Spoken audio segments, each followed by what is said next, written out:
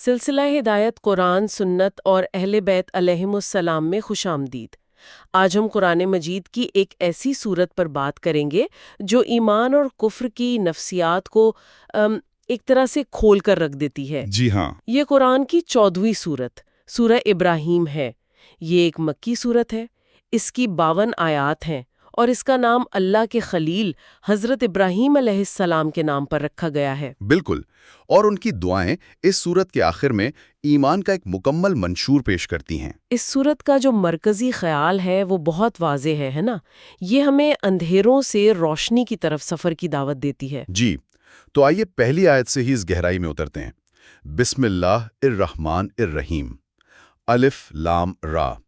یہ ایک ایسی کتاب ہے جسے ہم نے آپ کی طرف نازل کیا تاکہ آپ لوگوں کو ان کے رب کے حکم سے اندھیروں سے نکال کر روشنی کی طرف لائیں، یعنی اس راستے کی طرف جو غالب اور قابل ستائش ہے۔ یہاں ایک بات فوراً ذہن میں آتی ہے، وہ ہے الفاظ کا انتخاب۔ جی، اندھیروں کے لیے جمع کا صیغہ یعنی ظلمات استعمال ہوا، جبکہ روشنی کے لیے صرف ایک لفظ ہے، نور۔ بالکل، یہ ایک بہت ہی گہری حقیقت کی طرف اشارہ ہے، یعنی گمراہی، کفر اور شک کے راستے وہ انگنت ہیں۔ ہر راستہ ایک الگ اندھیرے کی طرف لے جاتا ہے، لیکن حق، توحید اور ہدایت کا راستہ صرف اور صرف ایک ہے، ایک سیدھی روشن شاہراہ۔ اور یہ بھی بہت دلچسپ ہے کہ آیت کہتی ہے لِتُخْرِجَ النَّاسَ، جی یعنی تاکہ آپ لوگوں کو نکالیں۔ جی تو اس کا مطلب یہ ہوا کہ صرف کتاب کا آ جانا کافی نہیں، اس نور کو لوگوں کے دلوں تک پہنچانے کے لیے ایک انسانی رہنما، ایک پیغمبر کی ضرورت ہے۔ بہت خوبصورت نکتہ ہے۔ یعنی کیا کتاب خود نامکمل ہے، یا یہ کہ انسانی سمجھ اسے بغیر رہنما کے پوری طرح پا نہیں سکتی؟ نہیں، یہ کتاب کی کمی نہیں ہے، بلکہ یہ انسانی رہنمائی کی اہمیت کو اجاگر کرتا ہے۔ کتاب اصول دیتی ہے اور پیغمبر اس پر عمل کر کے دکھاتا ہے۔ وہ اس نور کا عملی نمونہ ہوتا ہے۔ صحیح۔ اور آگے کی آیات بتاتی ہیں کہ وہ کون لوگ ہیں جو اس نور سے منہ موڑ کر اندھیروں میں رہنا پسند کرتے ہیں۔ الذین یستحبون الحیات الدنیا علی الآخرۃ ویصدون عن سبیل اللہ ویبغونہا عوجا۔ یہ وہ لوگ ہیں جو آخرت کے مقابلے میں دنیا کی زندگی کو پسند کرتے ہیں اور اللہ کی راہ سے روکتے ہیں اور اس میں کجی تلاش کرتے ہیں۔ یعنی کفر کی بنیاد دراصل ترجیحات کا بگاڑ ہے۔ بالکل۔ جب انسان کی نظر میں دنیا کی عارضی زندگی آخرت کی ابدی زندگی سے زیادہ قیمتی ہو جائے تو پھر وہ ہر سیدھی چیز کو بھی ٹیڑھا کر کے دیکھتا ہے۔ جی ہاں، اور یہ کوئی نیا مسئلہ نہیں ہے۔ قرآن ہمیں تاریخ کے آئینے میں دکھاتا ہے کہ یہ کشمکش ہر دور میں رہی ہے۔ ہر پیغمبر کو اپنی قوم سے اسی مسئلے کا سامنا کرنا پڑا، جیسا کہ آیت 4 میں فرمایا گیا، وَمَا أَرْسَلْنَا مِن رَّسُولٍ إِلَّا بِلِسَانِ قَوْمِهِ لِيُبَيِّنَ لَهُمْ۔ ہم نے کوئی رسول نہیں بھیجا مگر اس کی قوم کی زبان سے تاکہ وہ ان کے لیے بات واضح کر دے۔ اچھا، یہاں پر ایک عام سوال ذہن میں آتا ہے جی فرمائیے۔ کہ اگر ہر رسول اپنے قوم کی زبان میں آیا تو پھر قرآن جو کہ عربی میں ہے وہ پوری دنیا کے لیے ایک عالمگیر پیغام کیسے بن گیا؟ یہ سوال اپنی جگہ بہت اہم ہے۔ مفسرین کے مطابق اگرچہ اسلام کا پیغام عالمگیر ہے، لیکن اس کا نقطہ آغاز عرب کی سرزمین تھی۔ اللہ کی حکمت یہ تھی کہ پیغام پہلے اپنے اولین مخاطبین کے لیے ان کی اپنی زبان میں پوری فصاحت و بلاغت کے ساتھ واضح ہو جائے، تاکہ کوئی ابہام نہ رہے۔ جی، تاکہ کوئی ابہام نہ رہے، اور پھر وہاں سے یہ روشنی پوری دنیا میں پھیلے۔ اس کی ایک بہترین مثال حضرت موسیٰ علیہ السلام کی ہے۔ ان سے کہا گیا، ان اخرج قومک من الظلمات الی النور وذکرہم بایام اللہ، کہ اپنی قوم کو اندھیروں سے روشنی کی طرف نکالو اور انہیں ایام اللہ یاد دلاؤ۔ ایام اللہ۔ اللہ کے دن، یہ بہت ہی طاقتور تصور ہے نا؟ جی بالکل۔ یہ صرف چھٹیوں کے دن نہیں بلکہ تاریخ کے وہ فیصلہ کن موڑ ہیں جہاں اللہ کی قدرت اور اس کا قانون پوری طرح ظاہر ہوا، جیسے فرعون کا غرق ہونا یا بنی اسرائیل کا نجات پانا۔ اور شاید ان دنوں کو یاد دلانے کا مقصد یہی ہے کہ انسان سمجھے کہ تاریخ کے واقعات حادثاتی نہیں ہوتے۔ بالکل، ان کے پیچھے ایک ہی قانون کام کر رہا ہے۔ اچھا؟ اور وہ قانون اگلی ہی آیت میں بیان ہو گیا جو اس سورت کی مشہور ترین آیات میں سے ایک ہے، وَإِذْ تَأَذَّنَ رَبُّكُمْ لَئِن شَكَرْتُمْ لَأَزِيدَنَّكُمْ وَلَئِن كَفَرْتُمْ إِنَّ عَذَابِي لَشَدِيدٌ۔ اور یاد کرو جب تمہارے رب نے اعلان کیا کہ اگر تم شکر کرو گے تو میں تمہیں ضرور زیادہ دوں گا، اور اگر ناشکری کرو گے تو میرا عذاب یقیناً بہت سخت ہے۔ یہ آیت صرف ایک روحانی وعدہ نہیں لگتی، یہ ایک گہرے نفسیاتی اور کائناتی اصول کی طرف بھی اشارہ کرتی ہے۔ جی وضاحت کیجیے۔ لیکن آج کی سائنس بھی بتاتی ہے کہ شکر گزاری کا رویہ انسان کے ذہن کو فراوانی یعنی ابنڈنس مائنڈ سیٹ کی طرف موڑ دیتا ہے۔ اس سے وہ مواقع اور نعمتوں کو بہتر طور پر پہچاننے اور استعمال کرنے کے قابل ہو جاتا ہے۔ سبحان اللہ۔ تو یہ اضافہ صرف اللہ کی طرف سے ایک معجزہ نہیں بلکہ اس کائناتی قانون کا نتیجہ بھی ہے جسے اس نے خود بنایا ہے۔ بالکل۔ امام جعفر صادق علیہ السلام نے شکر کی تعریف ہی یہی کی ہے کہ نعمت کو اللہ کی طرف سے سمجھو اور اسے اس کی نافرمانی میں استعمال نہ کرو۔ لیکن تاریخ گواہ ہے کہ قوموں نے اکثر ناشکری کا راستہ اپنایا، اور ان کا سب سے بڑا اعتراض یہی ہوتا تھا کہ جو پیغام لے کر آیا ہے وہ تو ہمارے جیسا ہی ایک انسان ہے۔ جی، ان کے رسولوں نے ان سے کہا افی اللہ شکن فاطر السماوات والارض، کیا اللہ کے بارے میں کوئی شک ہے جو آسمانوں اور زمین کا بنانے والا ہے؟ لیکن قوموں کا جواب تھا کہ تم تو ہم جیسے ہی بشر ہو۔ یہ اعتراض تم ہم جیسے بشر ہو ہر دور میں دہرایا گیا ہے۔ جی، یہ انسان کی اس نفسیات کو ظاہر کرتا ہے کہ وہ غیر معمولی پیغام کو قبول کرنے کے لیے کسی مافوق الفطرت ہستی کی توقع کرتا ہے۔ صحیح۔ جبکہ اللہ کی حکمت یہ ہے کہ انسانوں کی رہنمائی کے لیے انہی میں سے ایک کو بھیجا جائے تاکہ وہ ایک عملی نمونہ بن سکے، نہ کہ کوئی ایسی ہستی جس کی پیروی کرنا ہی ناممکن لگے۔ بالکل، اور رسولوں کا جواب بھی یہی تھا کہ ہاں ہم تمہاری طرح بشر ہیں، لیکن اللہ اپنے بندوں میں سے جس پر چاہتا ہے اپنا فضل کرتا ہے۔ اور جب قوموں نے دھمکیاں دی کہ ہم تمہیں اپنی سرزمین سے نکال دیں گے تو اللہ نے اپنا فیصلہ سنا دیا کہ ہم ان ظالموں کو ہلاک کر دیں گے۔ اس صورت میں جبار اور سرکش حکمرانوں کی نفسیات اور ان کے انجام کی ایک بہت ہی خوفناک تصویر کشی کی گئی ہے۔ آیات 15 سے 17 تک ہمیں بتایا گیا ہے کہ ان کا غرور آخر کار انہیں کہاں لے جاتا ہے۔ جہنم میں انہیں پیپ کا پانی ماء صدید پلایا جائے گا۔ یہ پیپ کا پانی صرف ایک لفظی عذاب نہیں لگتا، بلکہ یہ اس بات کی علامت ہے کہ جو فکری اور عملی غلاظت وہ دنیا میں پھیلاتے ہیں وہی آخرت میں ان کا مشروب بن جاتی ہے، وہ اسی کو پینے پر مجبور ہوں گے۔ جی ہاں، اور یہی نقطہ ہمیں سورت کے اگلے حصے کی طرف لے جاتا ہے جہاں حق اور باطل کے انجام کو دو بے حد طاقتور مثالوں سے واضح کیا گیا ہے۔ پہلی مثال ان لوگوں کے اعمال کی ہے جنہوں نے کفر کیا۔ مثل الذین کفروا بربہم اعمالہم کرماد اشتدت بہ الریح فی یوم عاصف۔ جن لوگوں نے اپنے رب کا انکار کیا ان کے اعمال کی مثال اس راکھ جیسی ہے جسے طوفانی دن میں تیز ہوا اڑا کر لے جائے۔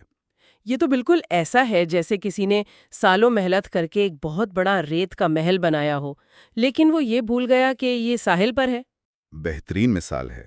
ایمان کے بغیر اعمال اسی ریت کے محل کی طرح ہیں جو آخرت کی پہلی ہی لہر میں بہہ جائیں گے، چاہے وہ دنیا میں کتنے ہی شاندار کیوں نہ لگتے ہوں۔ اور اس مثال کی ایک اور خوبصورتی یہ ہے کہ راکھ کسی قیمتی چیز کے جلنے کے بعد ہی بنتی ہے۔ اچھا، اس کا مطلب ہے کہ کافروں کے اعمال جیسے خیرات یا سماجی خدمت شاید دنیا میں قیمتی نظر آتے ہوں، جی، لیکن ایمان کی حرارت کے بغیر وہ آخرت تک پہنچتے پہنچتے صرف راکھ بن جاتے ہیں۔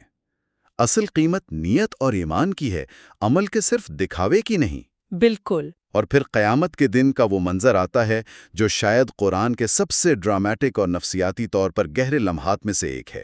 شیطان کا مشہور خطبہ۔ جب سب فیصلے ہو چکیں گے تو شیطان اپنے پیروکاروں سے کہے گا ان اللہ وعدکم وعد الحق ووعدتکم فاخلشتکم فلا تلومونی ولوموا انفسکم۔ یقیناً اللہ نے تم سے سچا وعدہ کیا تھا اور میں نے بھی تم سے ایک وعدہ کیا تھا، لیکن میں نے تم سے وعدہ خلافی کی۔ میرا تم پر کوئی زور نہیں تھا، میں نے تو بس تمہیں پکارا اور تم نے میری پکار پر لبیک کہا۔ بس آج مجھے ملامت نہ کرو بلکہ اپنے آپ کو ملامت کرو۔ یہ تو انتہائی چونکا دینے والا لمحہ ہے۔ شیطان کوئی بہانہ نہیں بنا رہا، نہیں، بالکل نہیں۔ بلکہ وہ انسانی کمزوری کے دکھتی رگ پر ہاتھ رکھتا ہے۔ وہ صاف کہتا ہے کہ ذمہ داری تمہاری اپنی تھی، میں نے صرف ایک آپشن پیش کیا، انتخاب تم نے خود کیا۔ جی، اور یہ اس بات کی سب سے بڑی دلیل ہے کہ انسان اپنے فیصلوں میں آزاد اور خود ذمہ دار ہیں۔ اسی انتخاب کو واضح کرنے کے لیے قرآن ایمان اور کفر کی ایک اور مثال دیتا ہے جو شجرہ طیبہ اور شجرہ خبیثہ کی ہے۔ جی، یعنی پاکیزہ اور ناپاک درخت کی۔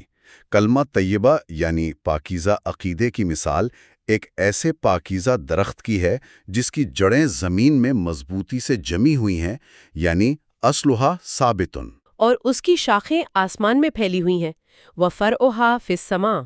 جی، اور اس کے برعکس کلمہ خبیثہ یعنی برے عقیدے کی مثال ایک ایسے ناپاک درخت کی ہے جسے زمین کی سطح سے اکھاڑ پھینکا گیا ہو اور اس کے لیے کوئی ٹھکانہ نہ ہو۔ یہ صرف دو عقیدوں کی مثال نہیں، بلکہ یہ تو دو طرح کی زندگیوں کا نقشہ ہے۔ بالکل۔ ایک وہ زندگی جس کی بنیاد حق پر ہے، وہ ایک مضبوط درخت کی طرح ہے جو نہ صرف خود قائم رہتا ہے بلکہ دوسروں کو بھی ہر موسم میں پھل اور سایہ دیتا ہے۔ صحیح۔ اور دوسری زندگی باطل پر قائم ہے، جو بظاہر کتنی ہی اونچی کیوں نہ نظر آئے، اس کی کوئی جڑ نہیں ہوتی، وہ ایک چھوٹے سے طوفان کا بھی مقابلہ نہیں کر سکتی۔ اور روایات میں اس شجرہ طیبہ کی سب سے بہترین مثال رسول اللہ صلی اللہ علیہ وآلہ وسلم اور ان کے اہل بیت علیہم السلام کو قرار دیا گیا ہے۔ اور شجرہ خبیثہ سے مراد بنی امیہ ہے۔ جی، اور اسی شجرہ طیبہ کی بنیاد رکھنے والے ہمارے جد حضرت ابراہیم علیہ السلام ہیں، جن کی دعاؤں پر اس سورت کا یہ حصہ مرکوز ہے۔ انہوں نے ایک بے آب و گیاہ وادی میں اپنی اولاد کو بسایا اور اللہ سے دعا کی، رب اجعل ھذا البلد آمنا واجنبنی وبنی ان نعبد الاصنام۔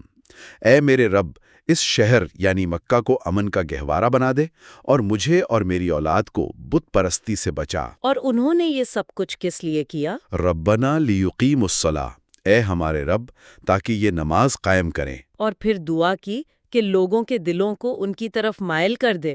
جی، فجول فدۃ من الناس تہوی الیہم، اور آخر میں اپنے والدین اور تمام مومنین کے لیے مغفرت کی دعا کی۔ حضرت ابراہیم علیہ السلام کی یہ دعا ربنا اغفر لی ولی والدیہ، یعنی اے ہمارے رب مجھے اور میرے والدین کو بخش دے، یہ بہت اہم ہے۔ کچھ لوگ اس سے یہ سمجھتے ہیں کہ شاید ان کے والد بت پرست تھے، لیکن یہ دعا تو ان کی پیرانہ سالی کی ہے۔ جی، جبکہ قرآن میں دوسری جگہ واضح ہے کہ انہوں نے اپنے چچا آزر سے اس کی زندگی میں ہی بیزاری کا اظہار کر دیا تھا۔ تفاسیر اس کی کیا وضاحت کرتی ہیں؟ جی، تفاسیر کے مطابق ایک نبی کافر کے لیے مغفرت کی دعا نہیں کر سکتا، خصوصاً جب وہ اس سے بیزاری کا اعلان کر چکا ہو۔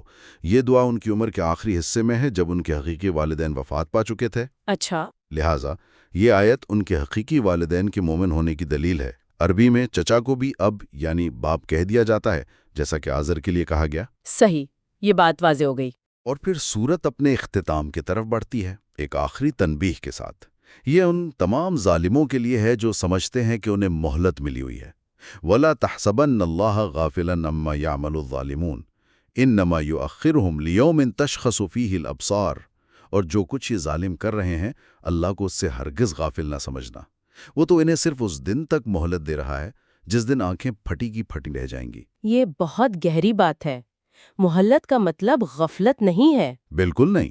یہ دراصل حجت کو تمام کرنے کا ایک طریقہ ہے۔ جی ہاں، اور اس دن مجرم زنجیروں میں جکڑے ہوں گے، ان کے لباس گندھک کے ہوں گے اور آگ ان کے چہروں کو جھلسا رہی ہوگی۔ اور آخر میں آیت 52 میں قرآن اپنا ختمی مقصد اور خلاصہ بیان کرتا ہے۔ جی، هذا بلاغ للناس ولينذروا به وليعلموا انما هو اله واحد وليذكر اولو الالباب۔ یہ قرآن تمام انسانوں کے لیے ایک پیغام ہے تاکہ اس کے ذریعے انہیں خبردار کیا جائے اور تاکہ وہ جان لیں کہ معبود صرف ایک ہی ہے، اور تاکہ صاحبان عقل نصیحت حاصل کریں۔ یہ بہت دلچسپ ہے کہ سورت کا آغاز بھی لوگوں کو اندھیروں سے روشنی کی طرف لانے کے پیغام سے ہوا تھا۔ جی، اور اختتام بھی تمام لوگوں کے لیے ایک پیغام پر ہوتا ہے۔ بالکل، یہ اس بات پر زور دیتا ہے کہ ہدایت کا راستہ ہر انسان کے لیے کھلا ہے، لیکن اس پر چلنے اور اسے سمجھنے کی ذمہ داری خود انسان کی ہے،